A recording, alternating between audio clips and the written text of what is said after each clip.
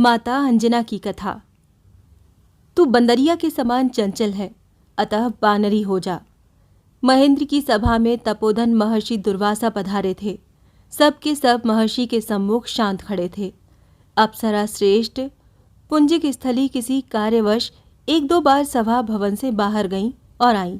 महर्षि ने इस पर उसे श्राप दे दिया। तू स्वेच्छा स्वरूप धारण कर सकेगी और तीनों लोकों में तेरी गति होगी। अनुनय करने पर ऋषि ने श्राप का परिहार किया। वानर श्रेष्ठ विरज की पत्नी के गर्भ से उसने शरीर धारण किया। बड़ी होने पर पिता ने अपनी सुंदरी शीलवती पुत्री का विवाह महान पराक्रमी कपि शिरोमणि केसरी से कर दिया। किसी समय केसरी घूमते हुए प्रभास तीर्थ के निकट पहुंच गए।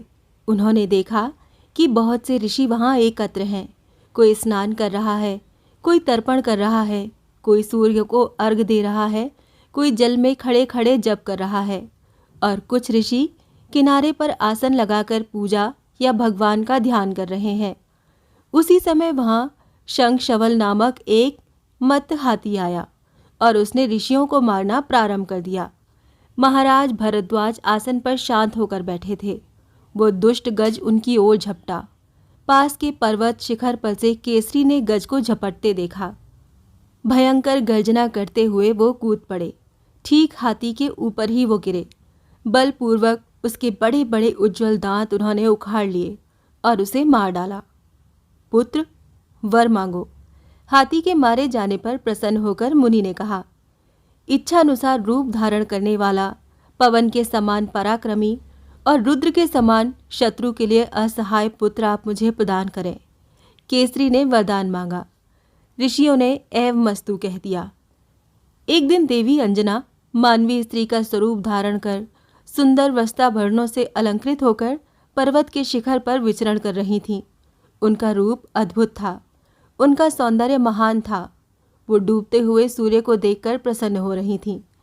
सहसा वायु का वेग उनके समीप ही बढ़ गया। उससे उनका वस्त्र कुछ उड़ गया।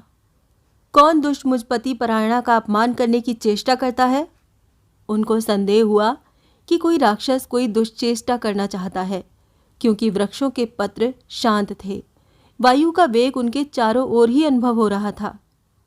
देवी, क्रोध न करें। जगत का श्वास रूप मैं पवन हूँ। मैं आपके श्राप के योग्य नहीं हूँ। आपके पति को ऋषियों ने मेरे समान पराक्रमी पुत्र होने का वरदान दिया है। उन्हीं महात्माओं के वचनों से विवश मैंने आपके शरीर का स्पर्श किया है। इस सूर्यबिंब के समान अरुण वर्ण महातेजस्वी पुत्र आपको मेरे अंश से प्राप्त होगा। आप मुझे क्षमा करें।